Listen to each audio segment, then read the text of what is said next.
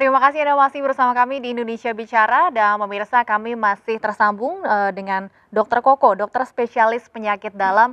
Dokter Koko kalau bicara mengenai disiplin protokol kesehatan, sayangnya kita lihat angka COVID-19 di Indonesia masih saja terus meningkat. Boleh dong dok diceritakan bagaimana sih perjuangan tenaga medis sendiri saat ini dalam menghadapi dan juga menangani pasien-pasien COVID-19? Mulai dari mana, Mbak? Mungkin dari yang saya rasakan sendiri barangkali ya. Jadi dari kurun waktu dari Maret sampai hari ini, jumlah pasien itu bertambah. Itu yang kami terima tiap hari itu bertambah. Jadi awal-awalnya memang kebanyakan kami merujuk ke Wisma Atlet, tapi kemudian setelah ada pergub dari Gubernur DKI, itu kemudian banyak rumah sakit yang diminta ikut merawat pasien-pasien COVID-19 karena efektivitas dari isolasi mandiri itu sendiri yang agak rumit untuk dicapai. Nah, jumlah pasien yang kami rawat itu dari hari ke hari itu bertambah.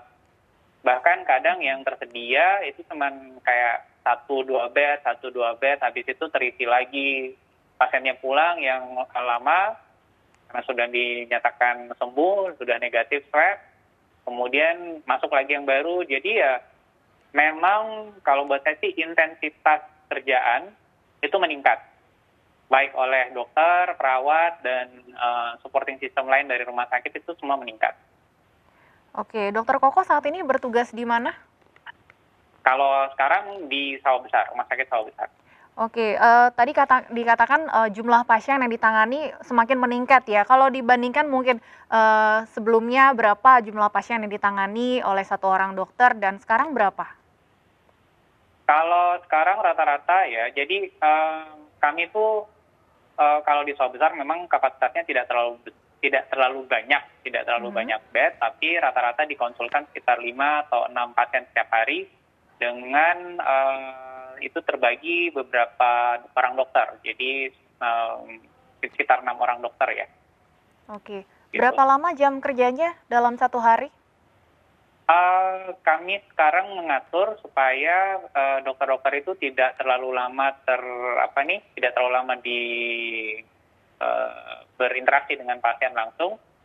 Jadi setelah visite dan lain-lain, setelah melihat kondisi pasien, kemudian mengevaluasi, itu dilakukan di tempat yang berbeda. Jadi mungkin jamnya tetap sama, tapi interaksi menggunakan hazmat yang panas, yang gerah itu kita turunkan jadi paling sekitar 1-2 jam. Tapi selebihnya turun ke APD level 2, karena itu sudah pindah ke ruangan lain, kemudian di situ dilakukan evaluasi lanjutan.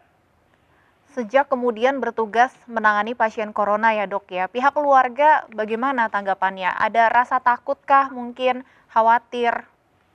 Ya, mungkin dari awal barangkali ya, dari sejak wabah sendiri ditetapkan oleh WHO, hampir semua tenaga kesehatan di seluruh dunia itu sudah siaga, Mbak. Udah siaga sambil menunggu regulasi dari masing-masing regulator di tiap negara, termasuk di Indonesia. Jadi ya itulah yang kami rasakan, bagaimana ya menggambarkannya, agak bercampur seperti gado-gado, jadi ada kayak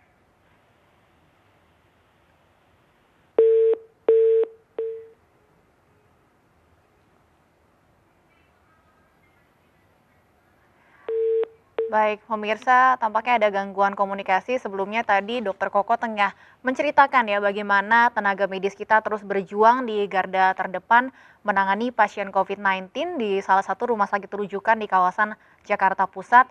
Dan disampaikan memang jumlah pasien COVID-19 terus meningkat, termasuk juga di rumah sakit tempat Dokter Koko bertugas pun saat ini juga jumlah pasien yang ditangani oleh masing-masing dokter semakin meningkat setiap harinya. Kita tahu pemirsa bahwa jumlah positif COVID-19 di Indonesia terus meningkat setiap harinya, bahkan terus menembus rekor kasus positif harian tertinggi. Terakhir sempat mencapai lebih dari 4.000 kasus positif COVID-19 dalam satu hari. Tentunya ini menjadi sebuah peringatan bagi kita semua untuk terus menerapkan protokol kesehatan. Kita juga tadi sudah berbincang dengan warga Jakarta yang juga sempat mendapatkan sanksi karena pelanggaran protokol kesehatan. Namun yang perlu diingat adalah penerapan protokol kesehatan memang harus dilakukan bukan karena takut akan adanya sanksi, tapi karena agar supaya memang protokol kesehatan ini untuk menjaga kesehatan kita semua agar terhindar dari penyebaran COVID-19. Selain itu juga pemirsa, penggunaan masker tentunya masih menjadi kewajiban bagi seluruh warga di Indonesia, termasuk terutama di DKI Jakarta yang masih masuk dalam zona merah. Kita tahu saat ini di Jakarta sendiri masih menerapkan PSBB Jilid 2 dan penerapan protokol kesehatan pun semakin ditingkatkan pengawasannya. Salah satunya yang perlu dipahami penggunaan masker. Tadi mungkin banyak yang belum mengetahui bahwa penggunaan masker pada saat berada di mobil seorang diri pun tetap harus digunakan secara benar. Penggunaan masker ini menutupi hidung dan juga bagian dagu. Dan jika tidak, maka masyarakat yang melanggar protokol kesehatan bisa dikenai sanksi, baik itu sanksi denda maupun juga sanksi sosial. Dan pemirsa, tentunya penerapan protokol kesehatan ini harus menjadi kesadaran kita bersama. Di satu sisi tentunya pemerintah juga terus berupaya untuk menambah kapasitas di fasilitas-fasilitas kesehatan. Di Jakarta sendiri saat ini juga sudah ada aturan baru terkait dengan pasien tanpa gejala maupun juga dengan gejala ringan untuk diisolasi secara mandiri di Wisma Atlet. Dan kita tahu sebelumnya memang untuk mereka yang tanpa gejala bisa diisolasi di rumah masing-masing, namun saat ini sudah bisa rujuk ke Wisma Atlet DKI Jakarta untuk bisa diisolasi selama 14 hari hingga kemudian bisa hasil swabnya negatif dan bisa kembali beraktivitas. Ya, pemirsa, tampaknya kami tidak bisa kembali menghubungi Dr. Andi Komeni Takdir, dokter spesialis penyakit dalam. Dan pemirsa, demikianlah Indonesia Bicara hari ini mewakili seluruh kerabat kerja yang bertugas. Saya Stefani Patricia undur diri, Messi News Channel nomor 1. Terima kasih dan sampai jumpa.